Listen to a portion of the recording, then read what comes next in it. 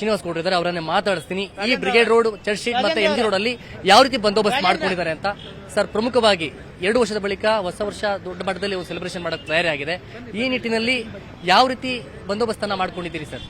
ಇವತ್ತು ಏನು ಕಬ್ಬನ್ ಪಾರ್ಕ್ದು ಒಂದು ಪೊಲೀಸ್ ಸ್ಟೇಷನ್ ಲಿಮಿಟ್ಸ್ ಮತ್ತು ಅಶೋಕ್ ನಗರ್ ಸ್ಟೇಷನ್ ಲಿಮಿಟ್ಸ್ ಬರುವಂತಹ ಬ್ರಿಗೇಡ್ ರೋಡ್ ಇದೆ. ಆ ಬ್ರಿಗೇಡ್ ರೋಡಲ್ಲಿ ಖುದ್ದು ACPನೇ ಸುಮಾರು 2-3 ದಿನಗಳಿಂದ ಇಲ್ಲೇ ಇದ್ದು ಎಲ್ಲ ರೀತಿಯಾದಂಥ ಆಯಾಮಗಳಲ್ಲಿ ಸೆಕ್ಯೂರಿಟಿ ಆಸ್ಪೆಕ್ಟ್ಸ್ನ ಡಿಪ್ಲಾಯ್ಮೆಂಟ್ ಮಾಡ್ಕೊಂಡಿದ್ದಾರೆ. ವಿಮೆನ್ ಸೇಫ್ಟಿ ಐಲ್ಯಾಂಡ್ಸ್ ಇರ್ಬೋದು, ಅಂಬ್ರೆಲಾ ಪಾಯಿಂಟ್ಸ್ ಇರ್ಬೋದು, ಮಫ್ತಿ ಸ್ಟಾಫ್ಸ್ ಇರ್ಬೋದು, CCTV ಕವರೇಜ್ ಇರ್ಬೋದು, ಎಲ್ಲಕ್ಕಿಂತ ಇಂಪಾರ್ಟೆಂಟ್ ಆಗಿ ಪೊಲೀಸ್ ಪ್ರೆಸೆನ್ಸ್ಗೆ ಬ್ಲಿಂಕರ್ಸ್ಗಳಿರ್ಬೋದು, ಎಲ್ಲ ರೀತಿಯದನ್ನು ಅಚ್ಚುಕಟ್ಟಾಗಿ ನಾವು ಮಾಡ್ಕೊಂಡಿದ್ದೀವಿ.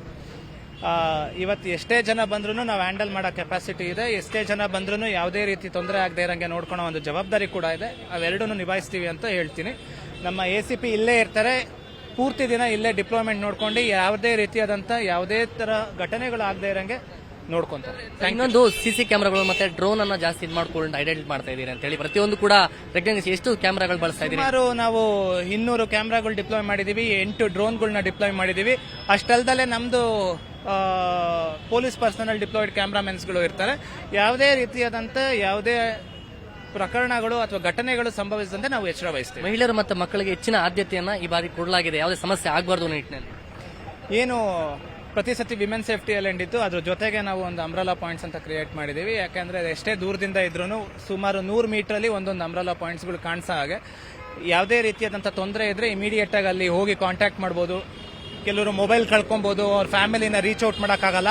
ಆವಾಗ ನಮ್ಮ ಸೇಫ್ಟಿ ಪಾಯಿಂಟ್ಸ್ಗಳಿಗೆ ಹೋದ್ರೆ ಅಲ್ಲಿಂದ ನಮ್ಮವರೇ ಎಲ್ಲ ರೀತಿಯಾದಂಥ ಅಸಿಸ್ಟೆನ್ಸ್ಗಳು ಕೊಡ್ತಾರೆ. ಮತ್ತೆ ಯಾವ್ದಾದ್ರು ಪಿಕ್ ಪಾಕೆಟು ಅಥವಾ ಕಳ್ತನ ಏನಾದರೂ ಆದ್ರೆ ಅಥವಾ ಬೀಳ್ಸ್ಕೊಂಡಿದ್ರೆ, ವಸ್ತು ಕಳವು ಮಾಡ್ಕೊಂಡಿದ್ರೆ ಅದನ್ನು ಕೂಡ ಹುಡ್ಕೊಡೋ ಅಂತ ಪ್ರಯತ್ನ, ಹಾಗೂ ಜೊತೆಗೆ ಇಮಿಡಿಯೇಟ್ ಆಗಿ ಕಂಪ್ಲೇಂಟ್ ತಗೋಣ ಅಂತ ಒಂದು ನಾವು ಕ್ರಮವನ್ನು ಇವತ್ತು ನಾವಿಲ್ಲಿ ಹಾಕಿದ್ದೀವಿ. ಲಕ್ಷಾಂತರ ಜನ ಸೇರ್ತಾರೆ, ಬಟ್ CC ಕ್ಯಾಮ್ರಾಗಳು ರೆಕಗ್ನೇಷನ್ ಅದು ವಾರ್ ರೂಮ್ ಕೂಡ ಒಂದು ಮಾಡಿದಿರಿ. ಪ್ರತಿಯೊಂದು ಸುಮಾರು 2 ಕಂಟ್ರೋಲ್ ರೂಮ್ ಮಾಡಿಕೊಂಡಿದ್ದೀವಿ. 2 ಕಂಟ್ರೋಲ್ ರೂಮನ್ನು ಅದು ಆಕ್ಟಿವ್ ಆಗಿರುತ್ತೆ. ಯಾವುದೇ ಕಾರಣಕ್ಕೂ ಯಾವುದೇ ರೀತಿ ತೊಂದರೆ ಆಗದೆ ಇರಂಗೆ ನಾವು ಎಚ್ಚರ ವಹಿಸಿ. ಇದೇ ಸಂದರ್ಭವನ್ನು ದುರುಪಯೋಗ ಮಾಡಿಸ್ಕೊಳ್ಳೋ ಕೆಲವರು ಬರ್ತಾರೆ ಸರ್, ಅಂತವ್ರಿಗೆ ಯಾವ ರೀತಿ ಒಂದು ಮೆಸೇಜ್ ಅನ್ನ ಕೊಡ್ತೀರಿ?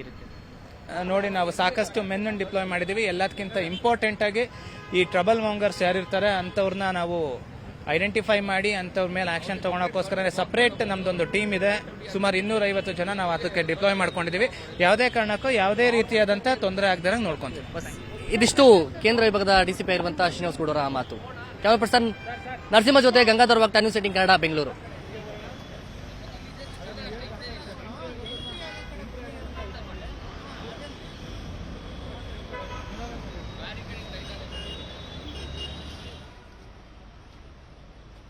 ಹೋಗಿ ಸರ್.